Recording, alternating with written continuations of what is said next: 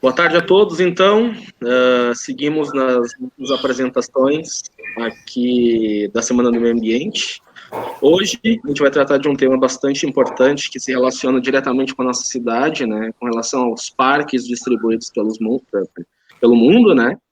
A gente tem como participante hoje a Ana Karina Zago, né, advogada e gestora ambiental, que vai falar sobre o Parque de Machu Picchu, que ela visitou, e vai tratar um pouco, né, sobre essa questão da relação que a gente pode fazer entre o parque que ela visitou e a nossa cidade. Isso também se aplica ao Ramon, isso também se aplica ao João. Temos dois biólogos aqui, uma gestora e uma advogada gestora ambiental. Se vocês quiserem, fiquem à vontade para se apresentarem para o nosso público. Ana? Então, sou Ana Karina e é um prazer estar aqui falando dessa experiência que é o privilégio de conhecer parques pelo mundo, tá? Então, vou trocar um pouquinho essa experiência com vocês. Não sei se eu começo já, Vinícius. Ramon? Não, acho que o Ramon pode se apresentar também. Tá. Então, eu queria dar boa tarde a todos também. Queria agradecer o convite da Ana, né, para fazer parte aí dessa, e também da Secretaria de Meio Ambiente, mas quem intermediou foi a Ana. E vai ser um prazer, então, trazer a experiência que eu tive e trazer para vocês aí, tá? João? Boa tarde a todos, aqui João Pedro, da Pampiana. Agradeço o convite tanto da Ana quanto da Secretaria do Meio Ambiente. E a ideia aqui é compartilhar e incentivar as pessoas, quando puderem, né, a conhecer bastante coisa, porque a gente pode correlacionar com a nossa cidade, nossa região aqui, que é tão rica quanto o mundo todo. Muito bem, então antes da Ana começar, esse tema é bastante fundamental, ainda mais se tratando de um período de pandemia, né, onde as pessoas tendem a buscar áreas naturais, áreas mais abertas para poderem realizar suas atividades, né? E a gente é privilegiado aqui por isso, porque a gente tem inúmeros espaços que são contemplados nesse sentido. Então eu passo a palavra para ti, Ana, então, fica à vontade. Ramon e João, por favor, desliguem os seus microfones. E a gente inicia as nossas apresentações. Ok. Pediria também que o Eduardo Macedo colocasse para nós a apresentação da Ana Maria. Obrigado, da Ana Zago. Isso aí. Então, eu fui para Machu Picchu, foi em 2015, foi em agosto de 2015. Era uma vontade grande, assim, tinha uma vontade muito grande de conhecer Machu Picchu, muito por essa questão histórica, arqueológica e todo esse mistério que ronda pela história da cidade, né? Então, em 2015, fui visitar o Peru, não só Machu Picchu, mas fui visitar alguns lugares no Peru. E me surpreendi bastante, um país bem preparado para o turismo, achei um país extremamente preparado para o turismo. Talvez um certo preconceito, né, esses preconceitos, assim, com um país de terceiro mundo, mas não, muito preparado para o turismo mesmo, investindo muito em ecoturismo, muito em turismo de sustentabilidade. Pode passar, Macedo. Tu vai gerenciar aí para mim? Sim, exatamente, Ana. Ele vai, no momento que tu pedir, ele faz a transição. Então, quando eu fizer um ok, quem sabe, quando eu fizer um ok, tu passa. Pode ser? Pode passar.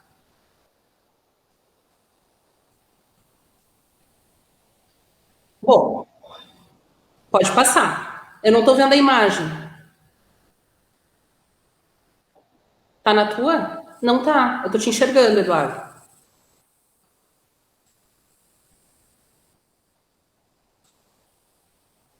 Vocês estão enxergando uma imagem do PowerPoint, a segunda, ou Eduardo? Estamos assistindo aqui e também tá para o público a história, a princípio. Eu estou vendo a história também. Tá. Eu sou a única que não estou enxergando. Quem sabe, vocês me dão uma dica aqui. Ok. O slide que está agora aqui é a parte da história. Tá. Eu vou acompanhar, então, quem sabe pelo meu celular. Acho que sim. Morgana?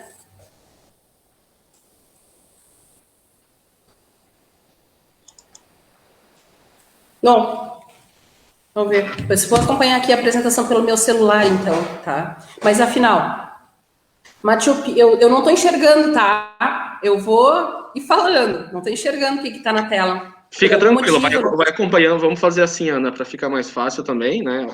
O que as pessoas estão vendo aqui é a parte da história, tá? Pode ir acompanhando aí e a gente vai te orientando aqui sem problema nenhum. Segue no slide que diz história, por favor.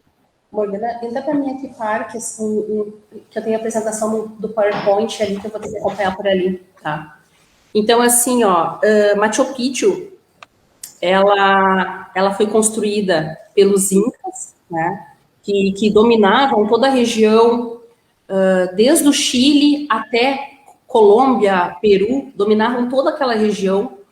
E ali por 1400, agora eu tô, tá? Ali por 1450, eles construíram Machu Picchu, já no auge do Império Inca, tá?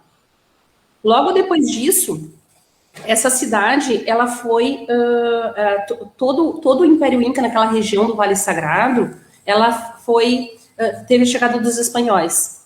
Os espanhóis, eles nunca encontraram Machu Picchu.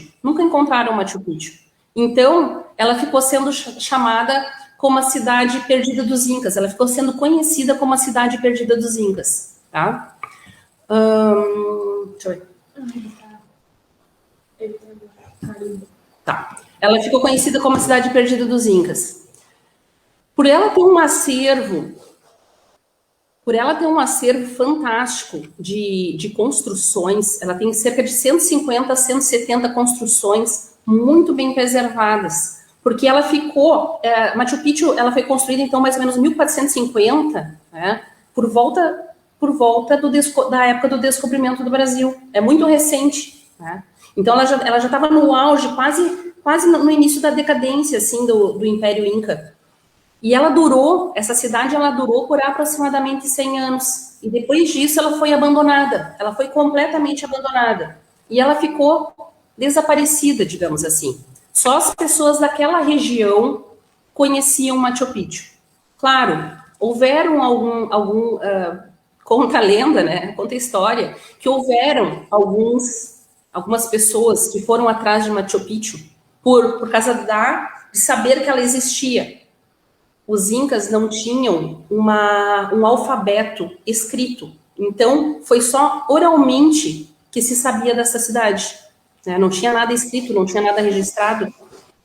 Houveram algumas pessoas que procuraram Machu Picchu anteriormente, espanhóis, alemães, inclusive é muito provável que houve um saque, essa cidade foi saqueada, parte de ouro e etc., todas as relíquias arqueológicas que tinham lá, houve um saqueamento, tá? E é muito provável que, por causa desse motivo, essas pessoas que estiveram lá anteriormente nunca registraram que tivessem redescoberto essa cidade.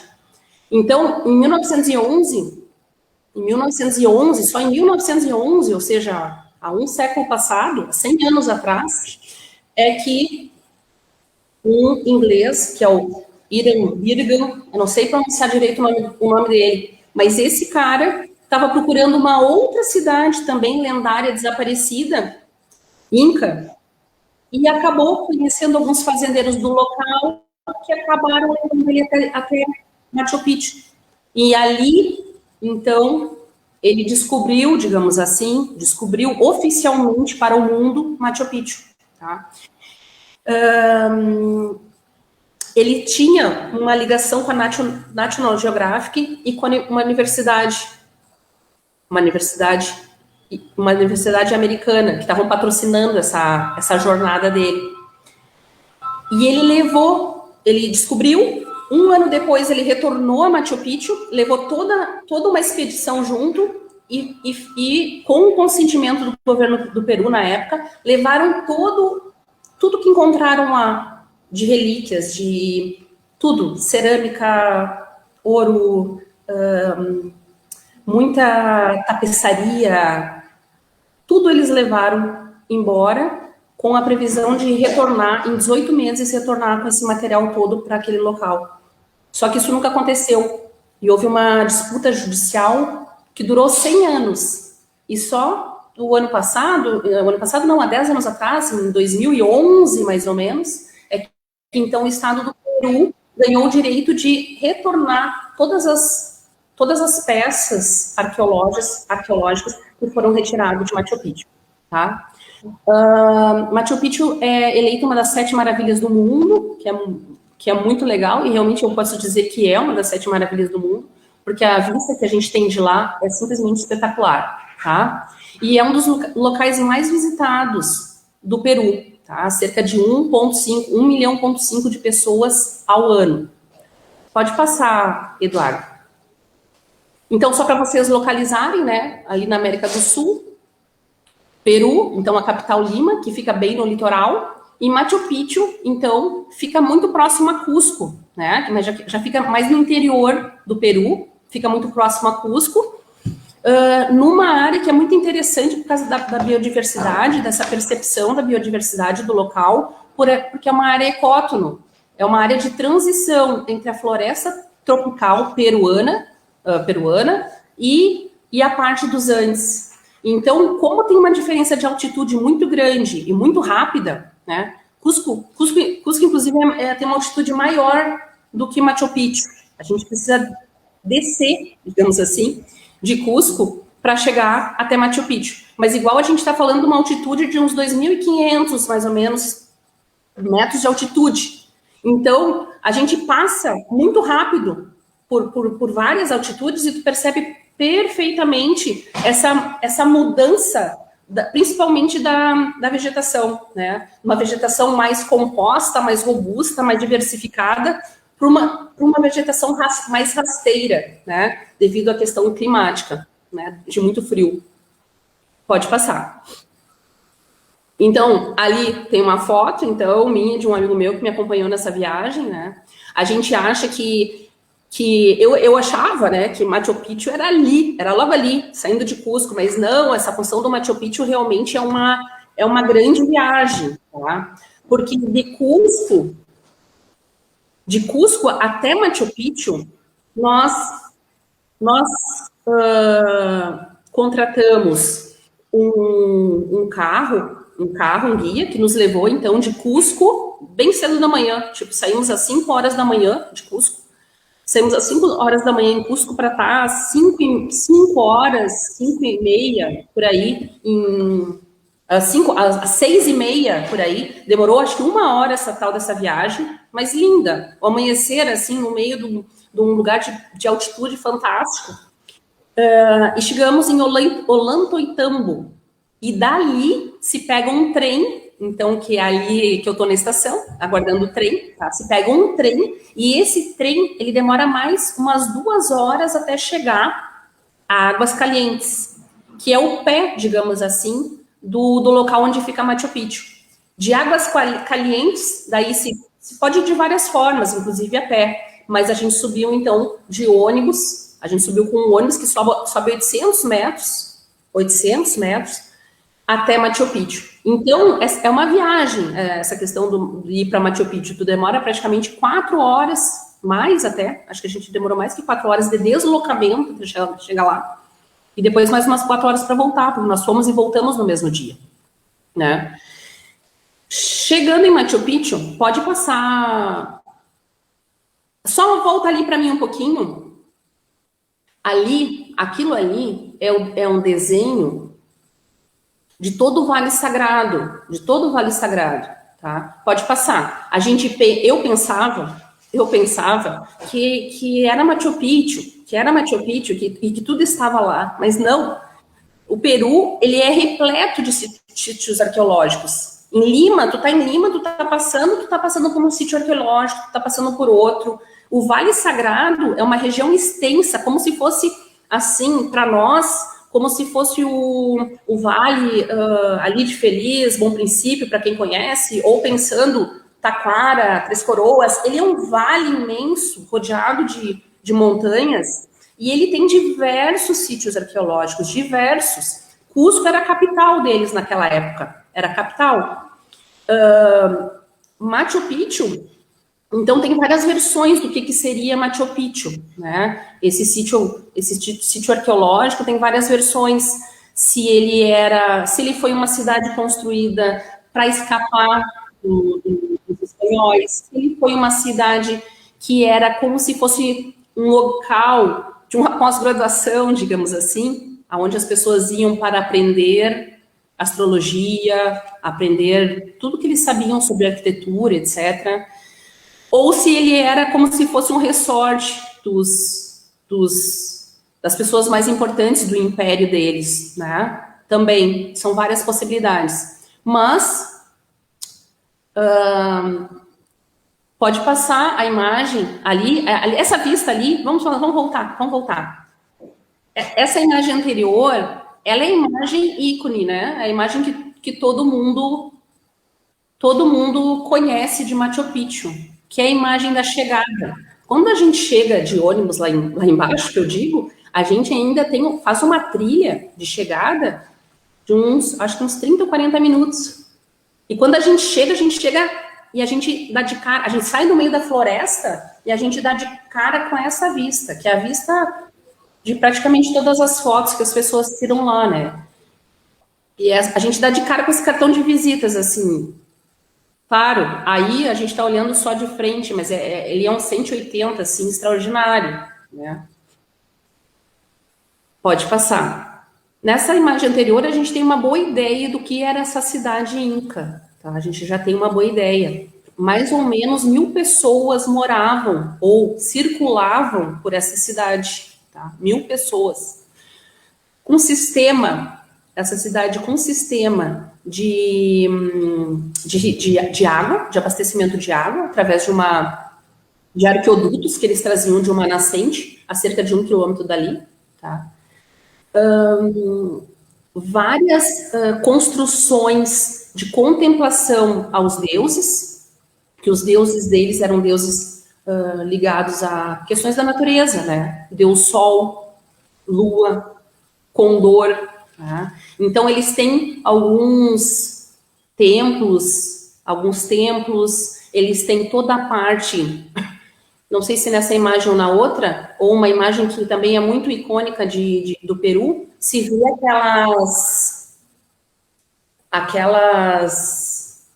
agora perdi o nome, aonde primeiramente, ele servia tanto para agricultura, naqueles locais de desnível, com pedras, como para fortificação, para não ter desmoronamento, tá? Então, eram tantas barreiras de controle para não ter desabamento, como também serviam para agricultura. Porque essas 1.000 pessoas, elas precisavam se alimentar, tomar água todo dia. Então, e fica simplesmente em cima de um morro de 800 metros. Então, se fosse o lugar da família Inca, e a família Inca e mais todos os subordinados deles para dar esse sustento que eles precisavam para estar lá, né? Outra coisa que é interessante é essa questão que eles têm com a astrologia, né? Em praticamente todos os lugares, praticamente não, em todos os lugares onde eu fui, como eu falei, eles são vários locais nesse Vale Sagrado. Aonde tu pisou vai ter um lugar com sítio arqueológico.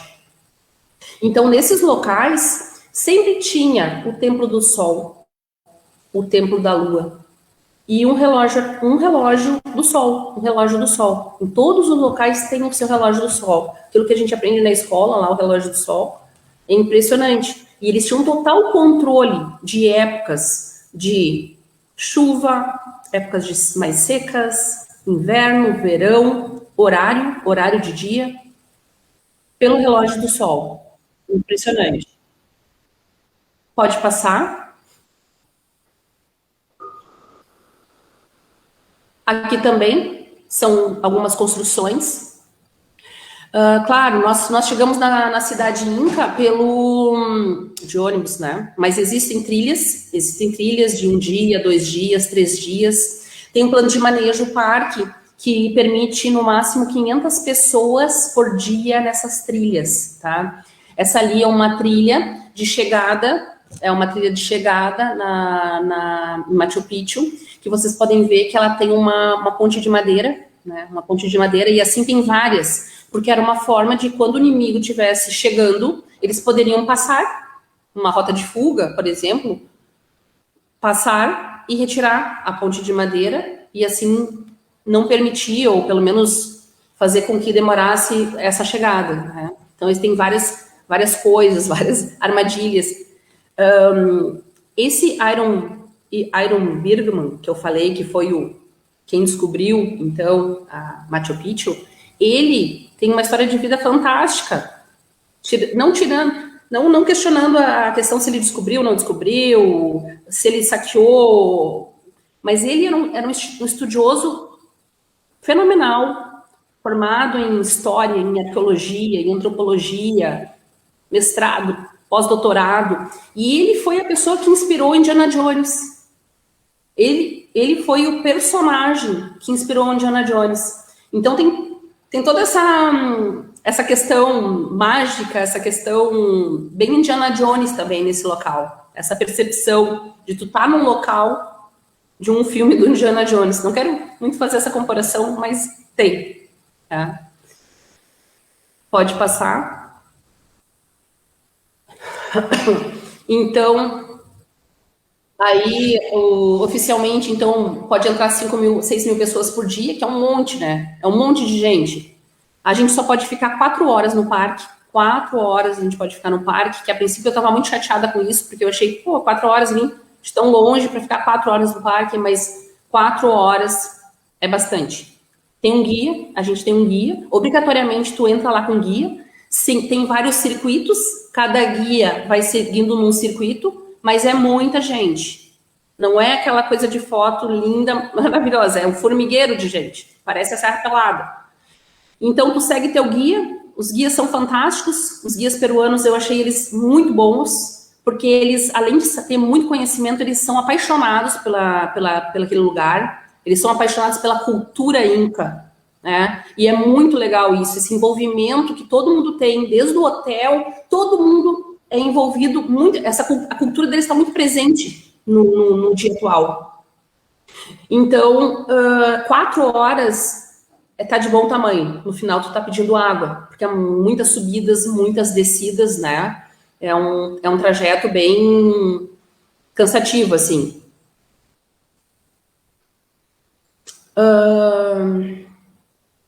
Pode passar? Eu trouxe algumas informações ali, então eu já tinha falado, 1,5 milhão de visitantes por ano, né? Alta temporada é férias, né? Baixa temporada, fevereiro é um mês que eles fecham para a manutenção do parque. Algumas informações do parque, assim, o que mais? Eles têm um plano de manejo de umas 500 folhas, mais ou menos, tá? É bem extenso o plano de manejo desse parque, tá? Com várias restrições, tá? Essa que eu falei de 500 pessoas na trilha por dia é uma delas, né? Pode passar. Ali, valores, trouxe para vocês, para quem se interessar, alguns valores, tá? Para adulto, hoje seria o equivalente a quase R$200, estudante paga meia entrada, menor, 90, tá? Não é um passeio barato, porque o trem, só a saída do trem de Alanto-Oitambo até lá, é $150, mais ou menos, tá? E depois, pode passar, eu deixei alguns sites ali para quem quiser visitar, tá? Para quem quiser visitar, se interessar, olhar, vale muito a pena, tá? Vale muito a pena. Mistura história e fauna, flora, é um misto de tudo, é muito incrível. E é isso. Ana, uma questão interessante de toda essa tua fala também, né, que que sobressai aos olhos, né? É todo o enredo que tem por trás também quando a gente pensa em preservação ambiental, né? Que a gente tem uma área totalmente preservada no entorno, a gente sabe, né, que obviamente tem um impacto, né? A gente pensando que tem mais de 6 mil pessoas diariamente, mas são em lugares mais específicos, obviamente que não é o todo em que esse formigueiro circula, né? Mas pensando que a gente tem preservação, a gente tem cultura, a gente tem arrecadação de dinheiro, manutenção da biodiversidade, emprego, ou seja, parece que manter a biodiversidade, manter parte dá dinheiro, né? Com certeza. Esse é um parque ele é um parque do Estado, né? Ele é um parque do Estado. Eu não sei exatamente como são revertidos, como é revertido, se é só revertido para o parque ou se tem vai para alguns outros parques.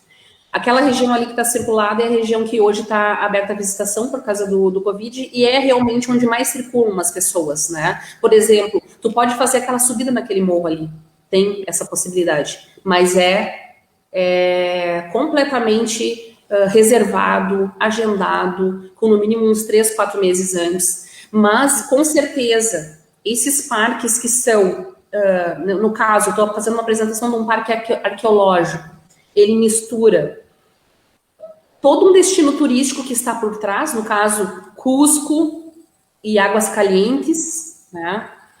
Quem vai a Machu Picchu, não vai só a Machu Picchu, no mínimo vai até Cusco, muito provável, tem um aeroporto que vai do Brasil, por exemplo, direto para Cusco, vai até Cusco, vai até Águas Calientes, é recomendado uma noite em Águas Calientes, tem todo um trajeto de ida, um trajeto de volta, envolve um arsenal de pessoas para Machu Picchu. Fora isso, a gente tem de graça, digamos assim, vários outros parques que a gente vai passando pelo caminho que eu não tinha nem ideia, não estava na mídia, né? E que tu vai conhecendo. Mas tem uma arrecadação bem significativa e muito legal o envolvimento e o amor que eles têm por esses locais. Não só para Machu Picchu, mas por todos esses locais sagrados. É interessante que aqui a gente faz o paralelo àquilo que eu tinha comentado ali anteriormente, né? Que a gente tem vários fatores por trás, né? A gente tem o fator cultural, o fator de educação, né? E pensar que a gente pode traçar um paralelo, uma reta diretamente com a nossa cidade, né? Nesse sentido, né? Principalmente nesses momentos em que no mundo a gente tem uma crescente com relação à busca dessas áreas naturais, né? A gente literalmente está no olho do furacão nesse sentido, né? Podendo prover esse tipo de experiência também. Eu vou acompanhando aqui pelo Facebook a questão das perguntas que porventura venham a surgir, mas eu passo a palavra agora então para o Ramon. Agradecemos, Ana, a tua explanação, genial. Eu agradeço. Será eu ou o João? Desculpem, eu pulei aqui. João, contigo então, desculpa. Beleza, então. Muito bom ouvir sobre Machu Picchu, sobre o Peru, um lugar especial mesmo. E vamos para a apresentação, para seguir o cronograma. Então, os parques que eu escolhi para falar, vou falar eles mais ou menos como um todo, porque eles estão na mesma região, na Califórnia, que é o Parque de Yosemite e o Parque das Sequoias. Eles estão no Sierra Nevada, que é uma região que fica de sul a norte da Califórnia, mas na região mais central. Então, já pode passar para o próximo slide, por gentileza, Macedo. Então, eu vou começar falando sobre o Yosemite, onde ele está localizado no mapa ali, Estados Unidos. Ele fica na Califórnia, costa oeste americana, e ele fica mais ou menos no meio. O estado da Califórnia, ele é dividido em condados, que a gente chama, então seriam como região sul, sudeste aqui do Rio Grande do Sul, Serra, região metropolitana. Então, cada condado desse tem algumas regras próprias, e eles têm dentro da Califórnia o chamado California State Park, que é uma conservação de 278 parques estaduais, que são regrados pelo estado, mas algum desses parques, pelo porte e pela importância perante ao todo, virou National Park, né, parques nacionais, regrados pela nação, mas quem organiza, quem faz toda a função dentro do parque também é o California State Park, que é um grupo que trabalha só com conservação. Tá? Então, a Califórnia, por si só, ela tem uma característica geológica muito interessante, que ali da fronteira com o México até o próximo estado, na parte litorânea, tem uma cadeia de montanhas muito grande. Aí passa essa cadeia para o interior do continente, tem um deserto, que existe em algumas cidades, uma das mais famosas é Fresno, que é uma cidade que é um deserto praticamente, e depois começa esse Sierra Nevada, que é onde vem todos os parques, Yosemite, Kings Canyon, e também o Parque das Sequoias. Tá? Então, só para fazer uma localização geoespacial para a gente entender. Pode passar, por gentileza. Aqui, então, eu fiz um apanhado de alguns dados, tá? Yosemite, na verdade, significa ursos, Parque dos Ursos, tá? E lá em 1800 e picos, a tribo dos Awanishes, que eram os indígenas californianos, quem foi criança e brincou com o Forte Apache, conhece muito bem eles. Então, os Awanishes, eles eram o povo que habitava essa região de Sierra Nevada, de todos esses parques. Mas, oficialmente, em 1916, que foi aberto o Yosemite National Park, com uma área de 308 mil hectares, é área pra caramba, e ele varia de uma altitude de 600 metros, como eu falei, vem praticamente a nível do mar, que seria essa parte mais deserto ali, né, e vai subindo até 4 mil metros de altitude. Tem como chegar, tem como escalar esses 4 mil metros, mas a parte de parque mesmo não passa dos 13.200, onde a gente chega de carro e tal. Tem duas entradas, uma entrada a oeste, sul e oeste, e outra entrada a norte e leste, então tu pode cruzar o parque de carro, fazer todo ele, tem as suas estradas e tem seus pontos de paradas. Em alguns pontos tem transporte público, não é tão forte em Yosemite quanto nas Sequoias, o transporte público. Então, tu consegue andar de carro por vários locais, e aí tem as paradas, e aí depois dessas paradas é tudo a pé, né? Então, só que tu não precisa, como a Ana falou, contratar um guia ou contratar um veículo próprio, um veículo de terceiros com guia para fazer esses passeios, né? 20% de toda a vegetação da Califórnia, que por si só é uma região seca, está dentro desses 308 mil hectares, tá? E é principalmente formado pelas coníferas, os pinos, que a gente conhece muito aqui, tem uma variação enorme de pinos ali, tem algumas fotos depois para mostrar para vocês. Existe 130 plantas invasoras catalogadas lá, então eles têm um trabalho, obviamente, da biodiversidade lá fantástico, então está tudo catalogado, e eles botam na conta muitos dos europeus que vieram ainda em 1890, em 1900, para a região, para o estado da Califórnia, numa migração ali, trouxeram muitas plantas, e essas plantas, algumas, né, como a gente conhece bem, foram deslocadas suas sementes pelo vento, outros animais, e outros, obviamente, por seres humanos que plantaram algumas coisas por lá também. O parque, por si só, só volta um pouquinho ainda que não acabei ali. O parque, por si só, é formado por grandes cascatas, vales, arroios, rios, grandes, enormes paredões de pedra. O pessoal da escalada, do rapel, está em peso lá. O slackline e o highline, que é um esporte radical, nasceu lá. Os alpinistas, eles, para treinar equilíbrio, eles treinavam nas correntes dos estacionamentos, e aí foram evoluindo para cordas, enfim, e depois do slackline mais plano, fizeram o highline, que é a corda alta, né? High é a altura. Então, aquelas travessias que já fizeram no Parque do Caracol aqui também, entre um ponto e outro, tá? E fauna e flora alucinante, principalmente a fauna, é algo, assim, demais. Eles têm um trabalho bem legal, principalmente com os ursos, né, que é o habitante principal de lá, e algumas problemáticas também acontecem por conta disso, eu vou falar depois.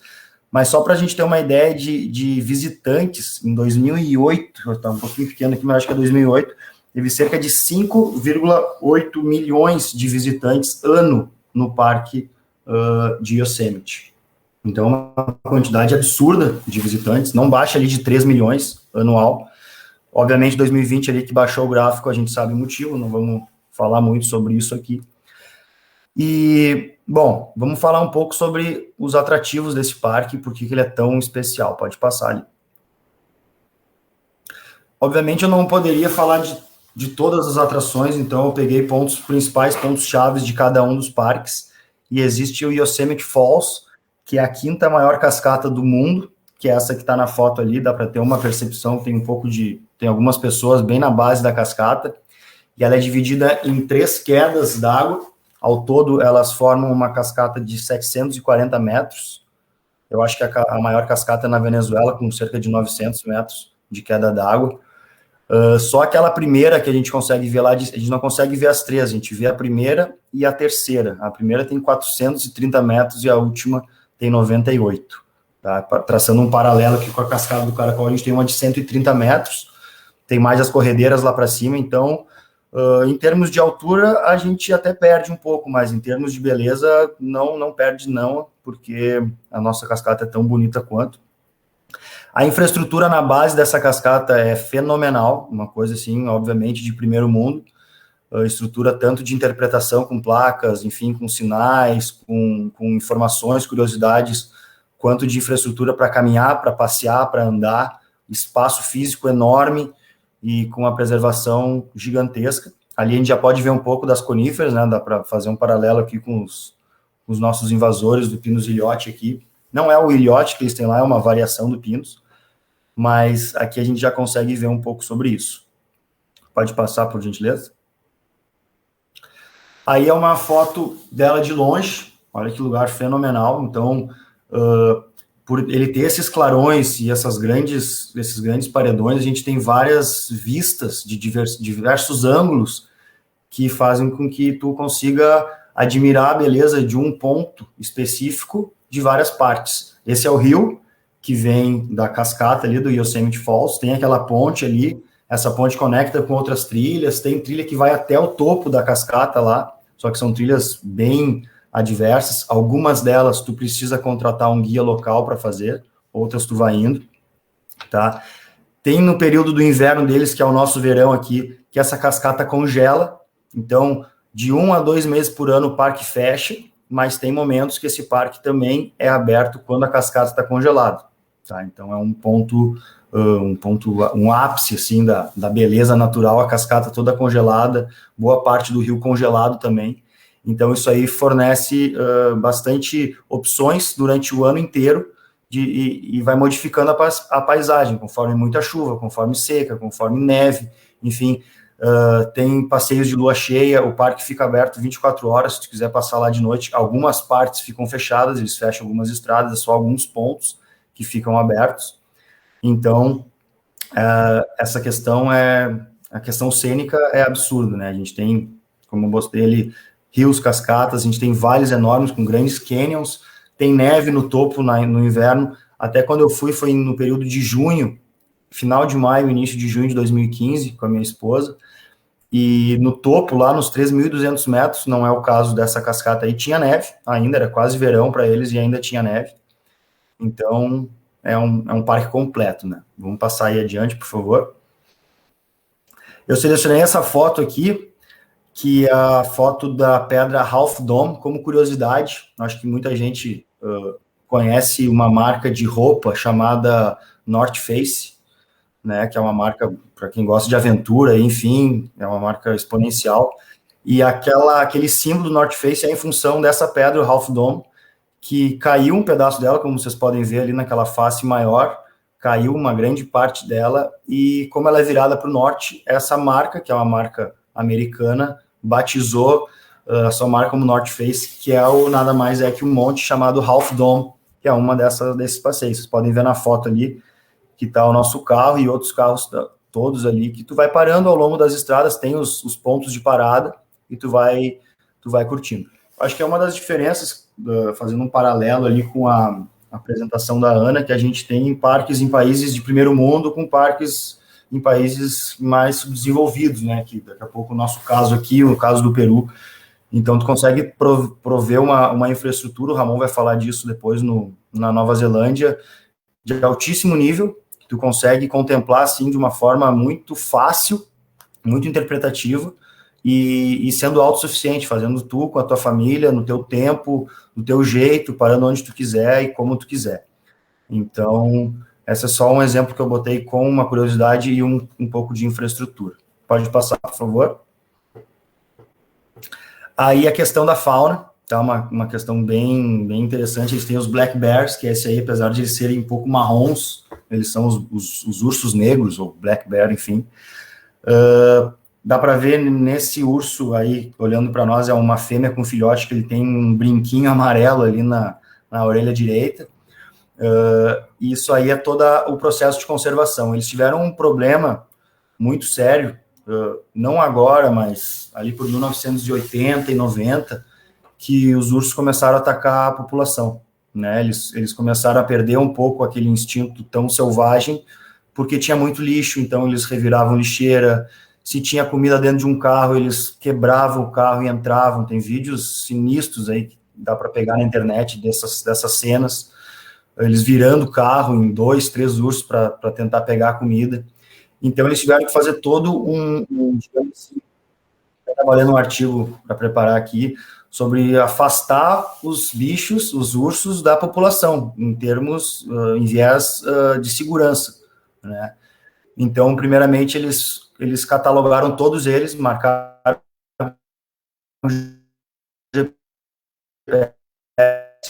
depois que vocês vão ver, eles têm uma coleira e tem símbolo com a menção. Na verdade, era a primeira marcação que eles fizeram, depois fizeram uma marcação tecnológica neles. Então, eles tiveram também que fazer alguns afugentamentos com bala de borracha, no começo, o processo deles de afugentamento era assim. Trocaram todos os mecanismos de lixeira. As lixeiras têm um sistema todo anti-urso, que o urso não consegue abrir, porque o urso tem uma habilidade com as mãos incrível. O vídeo que eu vou mostrar para vocês mostra um pouco disso. Então, eles criaram todo um sistema de proteção. Hoje em dia já é mais controlado, mas eu acampando lá nas Sequoias, por exemplo, tocou a sirene e era urso entre as barracas, e aí ninguém tinha que sair das barracas, tinha que ficar lá. E um dia a gente esqueceu uma pasta de dente fora da caixa, enfim, e quando a gente voltou tinha uma notificação, não era uma multa, mas era uma notificação, porque mesmo sendo uma pasta, o urso vai ser atraído pelo cheiro, né, enfim, e pode causar transtorno ali. Então eles têm um sistema bem rigoroso, eles têm os rangers, né, que é os guardas florestais, que ficam o tempo inteiro passando.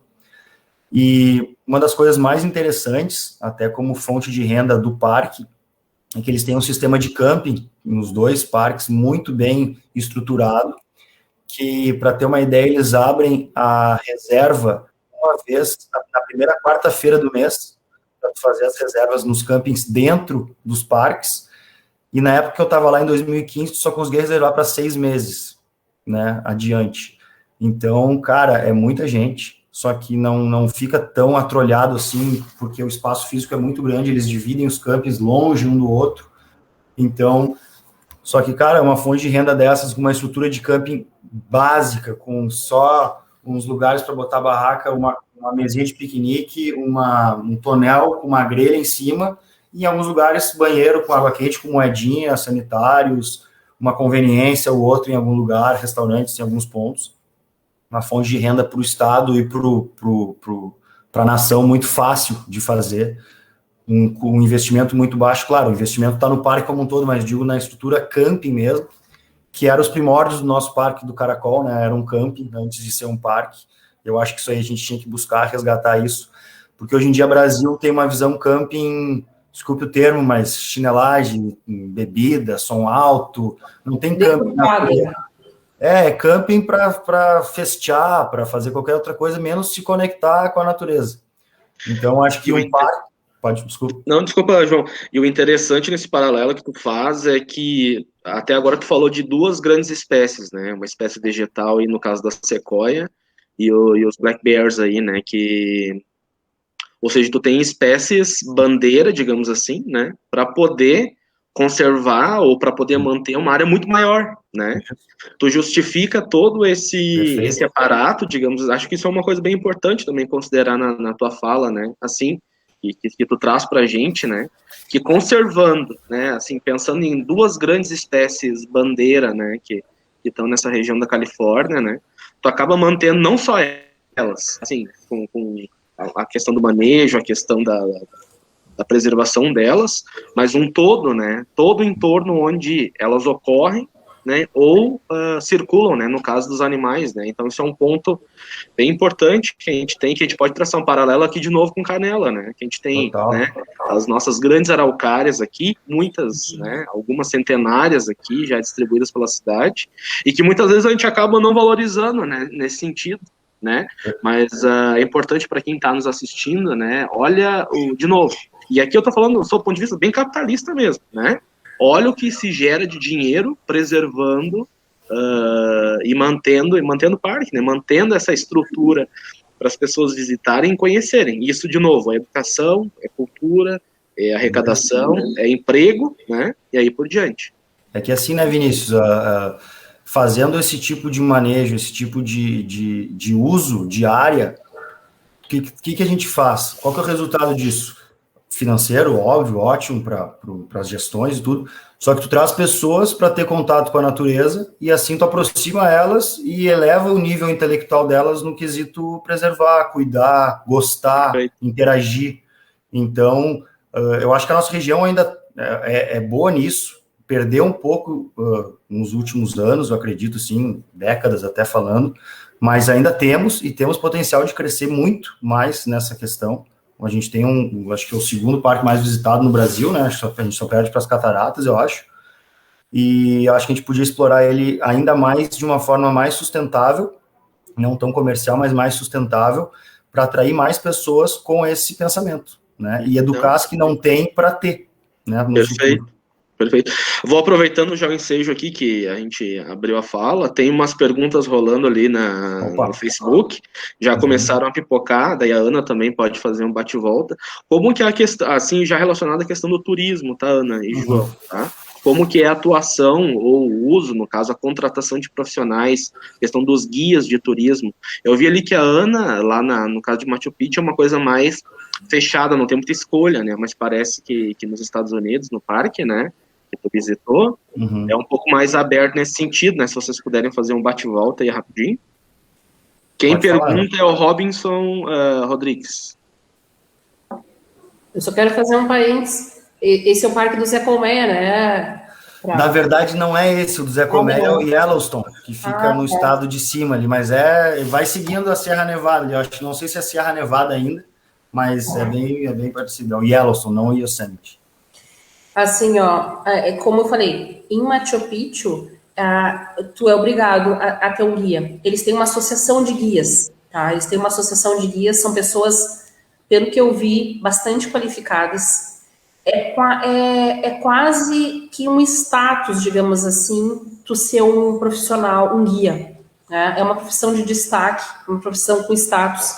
Eu penso que eles devam ser bem recompensados por esse trabalho, tá? E ele funciona todo nesses locais que são públicos, né? Nesses locais que são públicos, nos parques públicos, é uma associação, funciona como uma associação. Como funciona aqui funcionava pelo menos no Itaimbezinho também, eles tinham uma associação de guias, funciona dessa forma. Agora, Cusco e tal, é repleto de guias. É uma cidade que tu não precisa... Normalmente se faz uma viagem, normalmente eu, pelo menos, vou com uma coisa mais ou menos planejada já. Não tem necessidade nenhuma. Cusco, ela te dá 1000 opções de guias, em qualquer lugar onde tu tá, tu vai ter opções, tá? Na Califórnia, eu não sei exatamente como funciona todo o processo, mas eu sei que eles têm um trabalho de estágio muito grande, que eu conversei com um deles, que estava 6 meses lá, e eles ficam praticamente os 6 meses dentro do parque, tem os alojamentos deles e tudo mais. Então, um trabalho de estágio eu sei que é bem completo. E a questão de guias, eles têm um centro de visitantes, que é um centro de interpretação do local ali, né, ambiental, o grande deles, e ali tu compra alguns tickets para fazer alguns passeios que tu só pode ir guiado, né, que é ir até o topo da cascata, que às vezes é 2, 3 dias, tem que ter uma estrutura toda, enfim, e os outros guias ficam, não é guias, mas são os guardas florestais, eles ficam passando pelos locais, né, tem uns guichezinhos assim, que onde tem tipo um centro de informação pequenininho, em algum outro ponto, porque é gigante, né, pensa em 380 mil hectares, é muito grande. Então, a gente atravessou o parque na rua principal, que a gente chegou era umas 13h30 da tarde, e como a gente não conseguiu o camping dentro do parque, a gente conseguiu do outro lado, só que a gente não tinha muita noção que era uma coisa bizarramente gigantesca. A gente demorou 2h30 para atravessar todo o parque, sem parar muito, para conseguir sair dele de novo e pegar o camping que tinha na estrada, para no outro dia voltar. Então, a questão de ticket também, tu tem, na época era $35 o ticket carro, e tu pagava uma coisa de $80, $90 um ticket semana, para te ver quantas coisas tu podia fazer, né? Então, podia ir e voltar várias vezes durante a semana para conseguir fazer o passeio completo. Vamos seguir para não pagar muito tempo, Vini? Ótimo, perfeito. Esse é o vídeo, tá? Eu posso falar um pouco em cima do vídeo, se o Macedo quiser botar ali pra gente. Eu selecionei vídeo da biodiversidade, tanto dos ursos, peguei um cervo e peguei uma imagem, depois vocês vão ver ali. Esse aí eu peguei para mostrar, esse é o filhote, tá? Daquele urso de antes, pra te ver ele tentando pegar algum cupim, alguma formiga que ele gosta de comer. E a coleira que ele tá ali, ó, é a coleira com GPS, que é marcado. Então, se tem algum ataque, por exemplo, de urso, eles vão saber qual urso foi, entendeu? Não para punir o urso, obviamente, mas para ter o controle, saber como é que foi o comportamento dele nos últimos dias, por que ele foi lá, o que atraiu ele para ir nas barracas, enfim. Essa é a mãe dele, quando eles chegaram. Isso a gente estava num ônibus do parque, e aí o guia falou, tem ursos, daí quem quiser parar, parou, e a gente parou e ficou filmando. Aí é um cervo, esse aí já é no Parque das Sequoias, tá? Bem tranquilo, então o contato com a fauna é muito grande. E aqui está um pouco pequeno, não sei, mas ao centro ali tem um urso, lá na esquerda tem um urso preto, e na frente daquele tronco aí tem um cervo também, ó, um viadinho ali, ó. Então a fauna correlacionando ali, ali ó, ele vai começar a pular, eu acho, de forma bem tranquila. Isso aí é como se fosse uma área meio banhado e em volta todas as trilhas, assim, a gente não podia entrar dentro daquela área ali, mas não tinha cerca, não tinha nada, era só uma questão educacional ali, proibida entrar naquela área e tal. Não tinha ninguém ali, não tinha ninguém fiscalizando, mas não tinha ninguém lá dentro, né? E a gente também não quis entrar para, né, obviamente, né, comportamento. Beleza, vamos passar para... Opa, tá, vamos passar... Aqui eu só botei essa foto ainda para finalizar a Yosemite para mostrar um pouco da vegetação. Tem as coníferas, mas tem outros tipos de árvore também, de vegetação ali. Lá em cima vocês podem ver que é só conífera, né, altitudes mais altas, mas eu digo assim, ó, a flora nossa é extremamente mais rica do que a norte-americana, ou a da América do Norte como um todo, tanto de fruto, quanto de flores, né, quanto de diversidade, mas enfim, cada uma tem a sua beleza e a gente não está aqui para criticar, só para comparar, né. Vamos passar para rapidinho ali só o Sequoias, ele é um pouco mais ao sul, e a entrada do Sequoias fica na mesma do Kings Canyon, que é um canyon gigantesco lá, então tu entra na mesma portaria, digamos assim, à direita tu vai para Sequoias, à esquerda tu vai para Kings Canyon. Pode passar, por favor. Ele é um dos parques mais antigos, 1890, também tem a mesma migração dos Awanishes lá, e uma média um pouco mais baixa do que Yosemite, ele não é tão popular como Yosemite, assim, é uma média de 1 milhão, tem uma restrição bem maior de carros, então o veículo deles lá é os ônibus, os micro-ônibus, que vão fazendo os pontos, e aí tu pega o mapinha ali e vai indo, pega os seus locais. É uma área de 163 mil hectares, né, praticamente metade de Yosemite, tem uma altitude maior até a máxima, e a mínima também um pouco maior, até 4.200 metros, e ele foi, em 1976, pela Unesco, considerada uma reserva da biosfera, tanto Sequoias quanto esse Kings Canyon. Então, a Unesco, em 76, o Yosemite não é uma reserva assim, não tem esse título ainda, tá? E, obviamente, o grande ponto principal deles, pode passar aí, as sequoias gigantes, ali é uma foto nossa, essa aí é a principal deles, que é a General Sherman Tree, que foi um dos caras, um dos generais que migrou primeiramente nesse parque, e estima-se que ela tem até 2.700 anos. Então, uma árvore que, meu Deus, né, cara, dispensa comentários. Essa árvore em si, ela tem 83 metros de altura e um diâmetro de mais ou menos 31,3. E o volume estimado aí para os biólogos que fazem laudos de cobertura vegetal, que calculam o volume aí, 1.487 metros cúbicos de lenha, estima-se, né, aquela aquela nossa fórmula lá. Então, esse é o ponto principal do parque pela árvore, né? Só que, cara, como essa aí tem milhares. Infelizmente, aqui a gente tem, como Pinheiro Grosso, quase que só ele, o restante, né? Tem alguns outros espalhados aí, quem sabe, mas como ele seria o único. Mas a gente tem também potenciais assim. Pode passar, por favor. Ali eu só botei a estrutura de campo para vocês verem aí que a gente viu a questão dos ursos dentro das barracas, não, mas na região dos campings. Então, uma região simples, pode passar também, uma estrutura simples. Aí a Kings Canyon, na minha foto, aquela foto de antes não era minha, tá? Essa aí era a minha foto.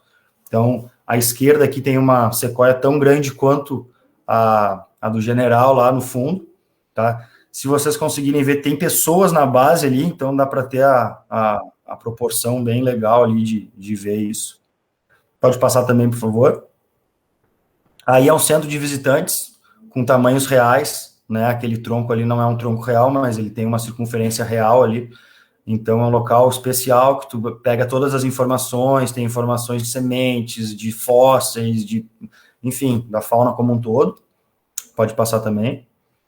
Estou correndo mais por isso, né? Aqui é aquele mesmo vídeo de antes, mas a foto, então, os cervos, o urso, a vegetação caída, como ficou, ninguém faz esse manejo porque não precisa, né? Tem uma fauna adaptada a essa decomposição. Como a gente viu ali, o urso estava pegando um tronco podre porque ali tinha o alimento dele, então não mexe, porque ninguém mexeu para tirar, então ninguém vai tirar, ninguém mexeu para cortar, então ninguém vai tirar.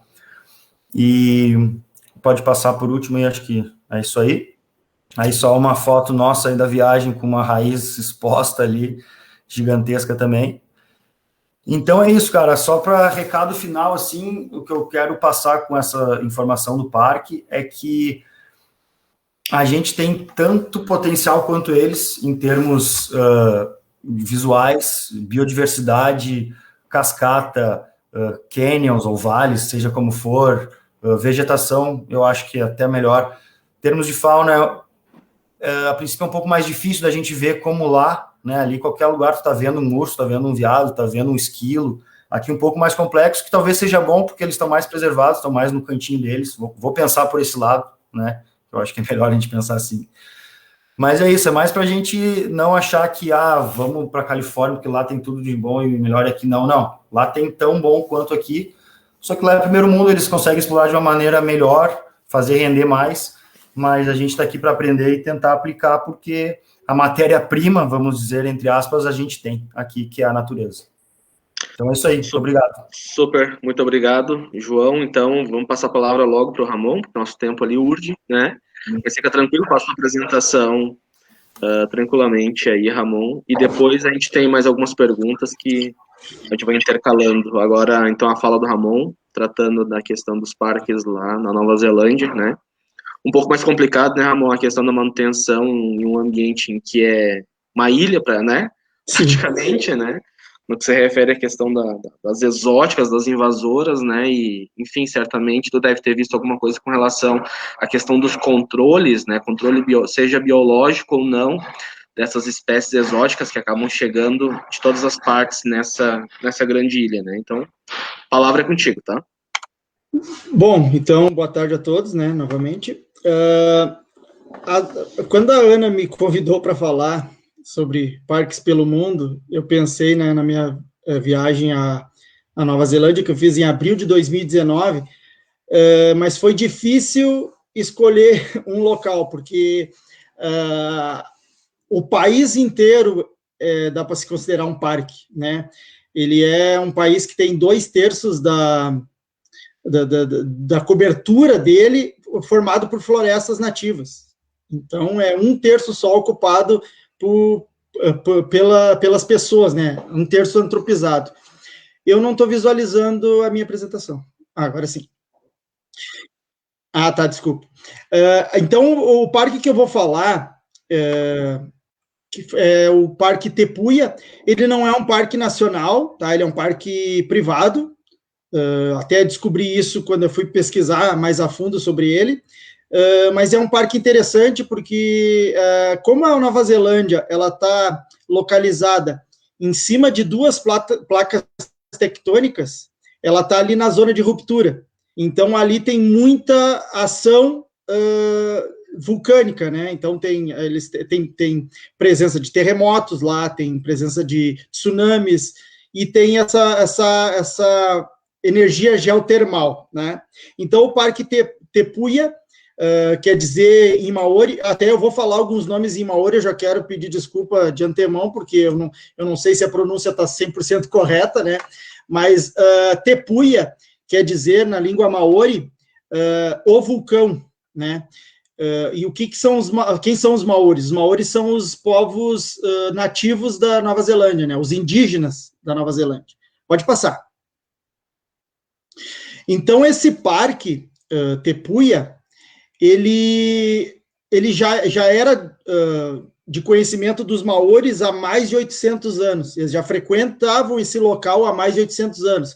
Porque ali tem fontes geotermais, tem uma lagoa aquecida, tem poços de lama fervente, tem piscina de cozimento.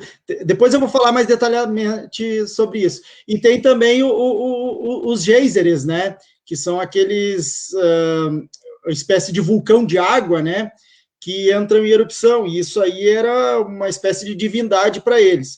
E eles se estabeleceram ali, fundando uma aldeia há 800 anos atrás, e eles chamaram essa aldeia de Tepuiapã. Eu sei que Tepuia é o vulcão, eu não consegui achar o significado do Pã, qual seria o significado da expressão Tepuiapã, mas era uma aldeia fortificada deles ali, né, que eles estavam há mais de 800 anos.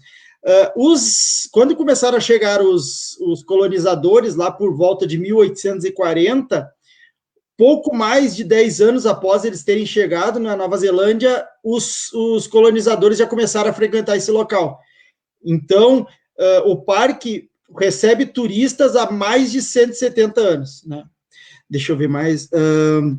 Então, o parque ele tem 70 hectares, né? Ele está localizado no Vale Geotérmico Te Whakareuarewa, é uma coisa assim, que é esse vale geotermal que fornece essas questões aí. Aí, próximo, tem um rio aquecido, em Kerosene Creek, que é bem interessante também, mas se eu fosse trazer tudo isso, ia ficar complicado. Mas o rio é aquecido pelo vapor que escapa nas fissuras do solo, né?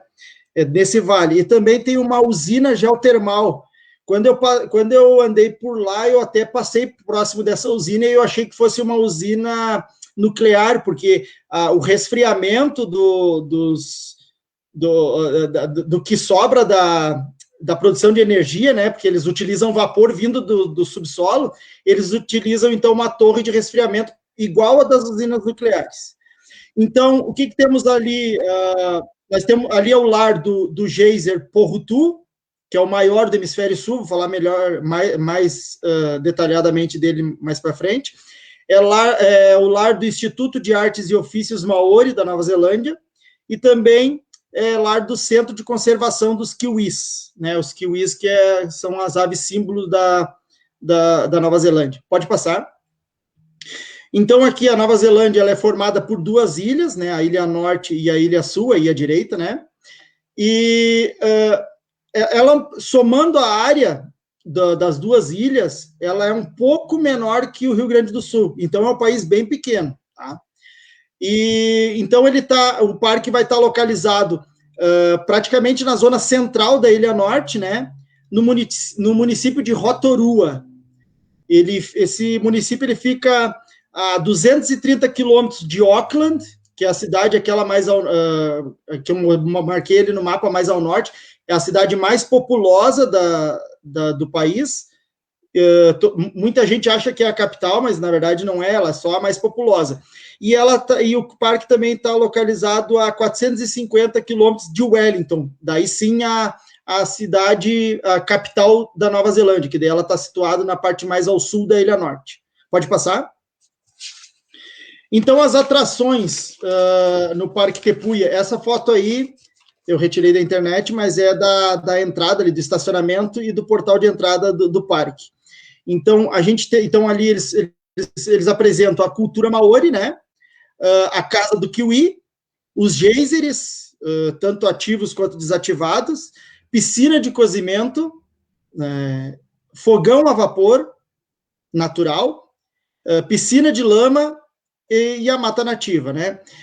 Esse parque ele é todo com trilhas, né? Pela mata. Tem uma trilha para pessoas com deficiências, né, que precisam com dificuldade de locomoção, e tem trilhas também mais roots, digamos assim, mais, que daí não é tão acessível a todos.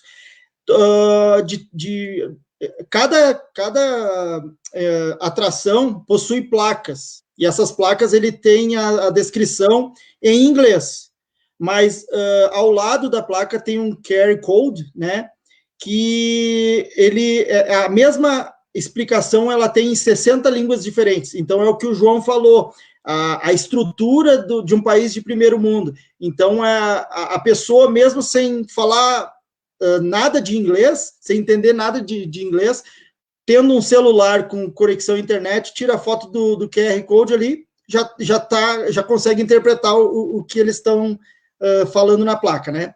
Pode passar? Então, eu vou começar da primeira atração, que é a cultura maori. A cidade de Rotorua é uma das maiores concentrações do povo maori na Nova Zelândia hoje, tá? Hoje, estima-se que tem 600 mil maoris na Nova Zelândia, que isso equivale a 14% da população total. Tá? Então, essa foto aí é uma espécie de igreja para eles, né? E aí eles têm um show. Esse show é pago à parte, tá? É comprado à parte. O acesso ao parque é uma coisa e o show maori é outra. Então, aqui eles mostram os costumes, as danças típicas e as músicas deles, né? Então, é um show, assim, em torno de 30, 40 minutos. Pode passar. Tem também o centro de maori, né, de cultura maori, onde eles treinam pessoas para passar a cultura adiante. Então, quem quer fazer uma aula sobre tecelagem em fibra de linho, tecelagem em palha, entalhes em madeira, né, escultura em greenstone, que é aquela pedra verde ali, né, que é uma pedra bem típica lá do artesanato maori, esculturas em ossos, esculturas em outros tipos de pedras. Então, ele tem esse centro de cultura e os visitantes podem ver as pessoas efetuando esses trabalhos. Eu não tive o prazer, no dia que eu tive visitando, não tive o prazer de ver isso, mas dependendo do dia e do horário de visitação, tu consegue ver as pessoas executando esses serviços, né? Pode passar. Ali tem também uma réplica de uma canoa maori, que eles chamam de waka, né? E foram nessas canoas que eles chegaram até a Nova Zelândia, vindos da Polinésia. Então, há 1000 anos atrás, eles vieram, imagina, atravessar um oceano numa canoinha dessas, né? E eles já tinham vindo do Havaí para a Polinésia, em canoas parecidas com essas, anteriormente. Então, é um povo bem corajoso, né? Então, é interessante, né? A divulgação da cultura deles. Ali tem também uma réplica de uma aldeia maori. As casinhas são interessantes porque parece ser uma mini casa, parece uma casa de criança, mas eles acessavam se arrastando mesmo. Acho que talvez por ser o clima frio, eles fizeram uma casinha menor, mais aconchegante, né? Esse eu não tenho foto, infelizmente. Pode passar. Então, agora a próxima atração, o Centro de Conservação dos Kiwis. Kiwis é essa ave terrestre, né? Ela não tem capacidade de voar, nativa essencialmente somente da Nova Zelândia. Ela é a ave símbolo do país, né? Ela possui hábitos noturnos, né? E está seriamente ameaçada de extinção. Na Nova Zelândia, não existe mamífero nativo terrestre. Os mamíferos da Nova Zelândia, somente morcegos, né, mamíferos que voam, ou os mamíferos aquáticos, baleia, golfinho, mas mamífero terrestre não existia, não existe nativo, né? Mas com a vinda dos europeus, acabaram vindo juntos os mamíferos terrestres importados dos barcos, né? Ratos, furões, gato, cachorro, né? Então, ali tem... essas fotos ali foram tiradas por mim, é um kiwi empalhado, né, e um furão empalhado também, para representar que o furão é um dos predadores dos ovos dos kiwis, né. Além do furão, tem também os ratos e os animais domésticos também, que predam. Olha o dado que eu pesquisei. Hoje, nós temos só 68 mil kiwis. São 5 espécies diferentes, distribuídas nessas 5 espécies, 68 mil kiwis, né, em toda a Nova Zelândia. E lá no início, em 1800, quando os europeus chegaram, tinha milhões. Então, é de 2 milhões para 68 mil. E por que está diminuindo? A cada 100 ovos, em média, depositados, 5 somente chegam à idade adulta. Então, é 5% de sobrevivência, né? Ali nesse centro de conservação dos kiwis, a gente tem a oportunidade de ver kiwi vivo. Tem um casal de kiwis ali, eles têm um local envidraçado, escuro, né, mantendo todo o ecossistema que eles encontrariam numa floresta, e a gente consegue ter acesso, só que não pode tirar foto com flash. Então, a foto foi desse ser empalhado ali.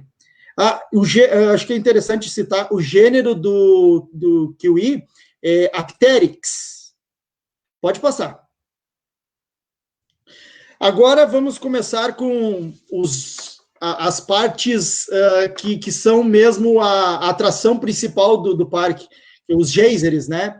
A gente tem o geyser Porutu, que ele está ativo, e acho que antes de eu falar dele, vou pedir para o Macedo colocar o vídeo dele em erupção.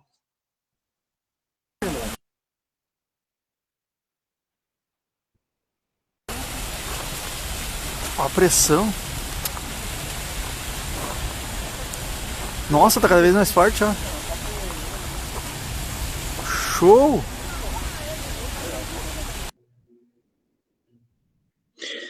Bom, então, esse é o geyser Porutu.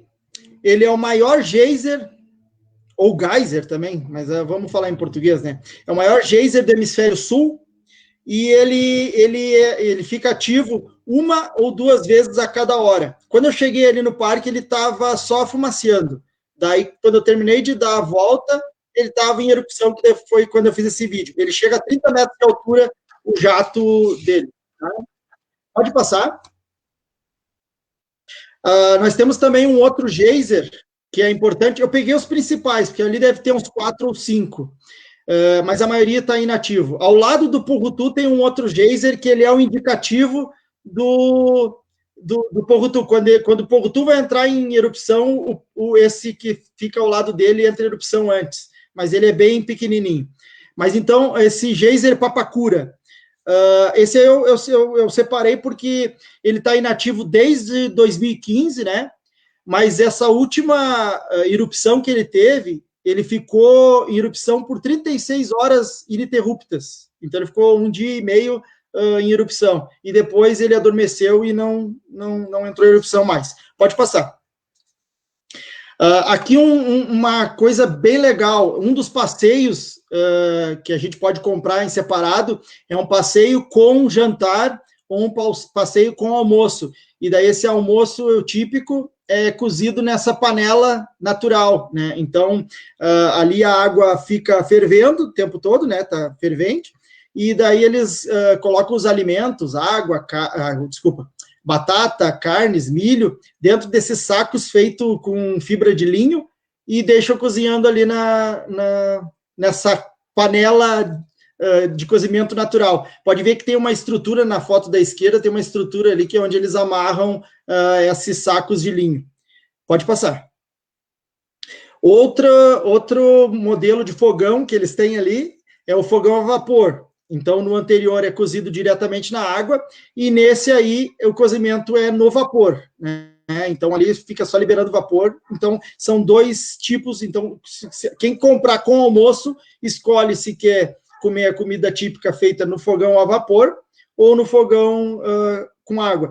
E são comidas típicas que os maoris já preparavam lá desde que eles se estabeleceram no local, né? Pode passar. Tem também a piscina de lama fervente, né? Essa levou o nome de Nhangan Mokayan Coco, ou Coco, não sei, porque foi em homenagem a um chefe famoso daquela aldeia, aquele povoado antigo que eu citei, o Tepuyapã. Então, em homenagem àquele chefe, eles botaram o nome dessa piscina de lama. Essa lama aí é fervente também, ela não é uma... dizem que tem propriedades medicinais, mas não dá para mergulhar diretamente ali, porque senão cozinha. Pode passar. Então, assim, para finalizar, eu queria falar um pouco sobre a mata nativa, porque desde que eu botei os pés na Nova Zelândia, eu notei muita semelhança com a vegetação daqui do sul do Brasil. Então, eu viajei para o litoral, parecia Santa Catarina, eu viajei para uma área de campo, parecia os campos de cima da serra, e especificamente nesse parque aí, tinha muito... Eu pensei que eu estivesse no Alpes Verdes, por causa da quantidade de xaxins, né? Os ferns, que eles chamam... A pronúncia desculpa, a tradução é fern. A planta símbolo da Nova Zelândia é o silver fern, que é o xaxim prateado, né? E existem 10 espécies de xaxins lá na Nova Zelândia. 7 espécies do gênero Alsophila, que é o mesmo gênero do nosso xaxim de espinho, né? E 3 espécies do gênero Dicksonia. E, como eu falei, então, a vegetação é muito parecida com aqui, mas o que chama atenção é que lá tem muita pteridófita, que são as samambaias, e representado principalmente pelos xaxins. Tem xaxins lá que parecem palmeiras, de 10 metros de altura. E muitas gimnospermas também. A gente tem muitas gimnospermas lá, muitas coníferas.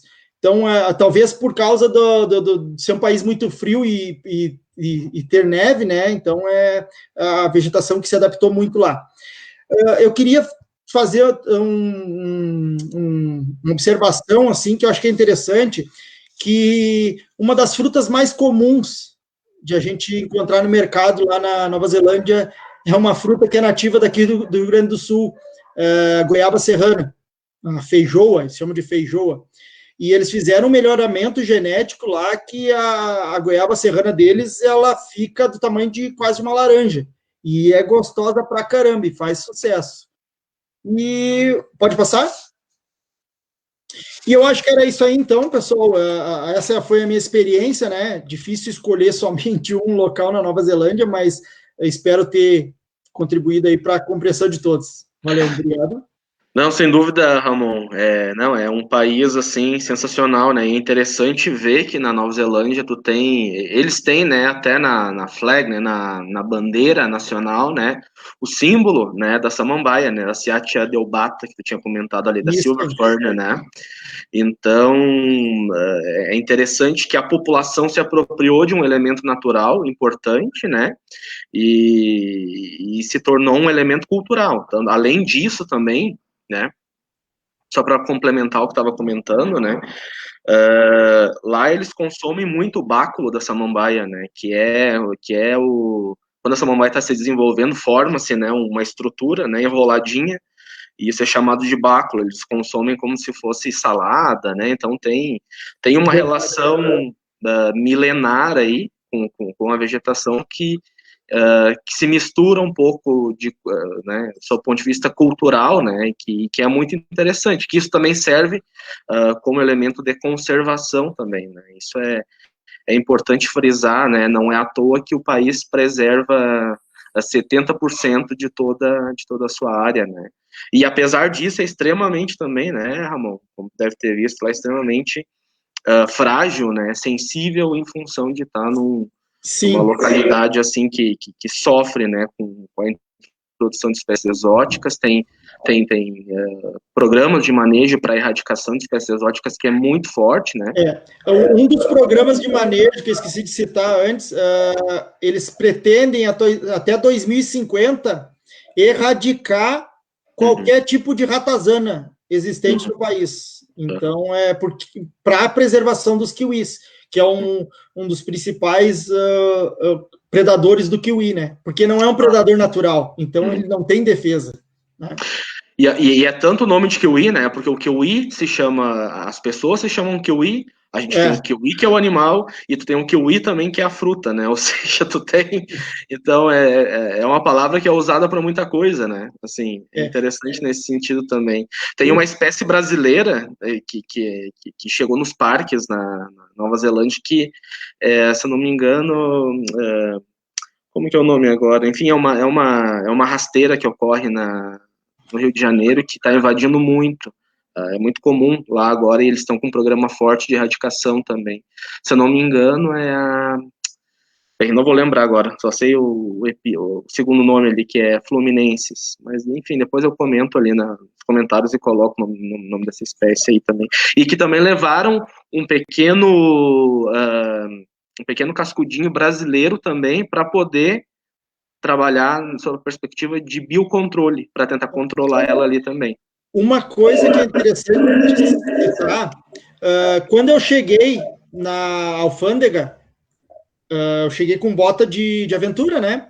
E uma das coisas que eles pediram para eu mostrar foi a sola, o solado, se não tinha barro. Se tivesse barro, eu teria que lavar, porque para evitar o risco de eu estar carregando alguma semente, né? De alguma espécie que possa se tornar invasora lá. Sim.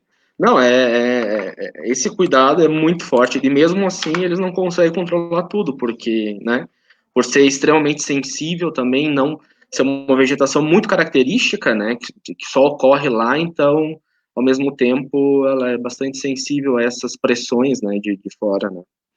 Muito bem, pessoal, a gente tem algumas perguntas aqui, mas a gente já se alongou bastante, né? Tem algumas pessoas comentando aqui de belos exemplos de preservação da questão cultural e não só cultural, mas de questão ambiental também, né? Tem pessoas que falam que a gente tem aqui em Canela exemplos e locais extremamente importantes e que é privilegiado, como a questão da zona do Parque do Palácio também, que é importante pensar áreas de corredor ecológico dentro da cidade, né? Tem ali, o Robson também comenta que a gente tem aqui o Parque da Sequoias também em Canela, né? Que tá meio defasado depois daquele tornado que a gente teve, né? E aí por diante.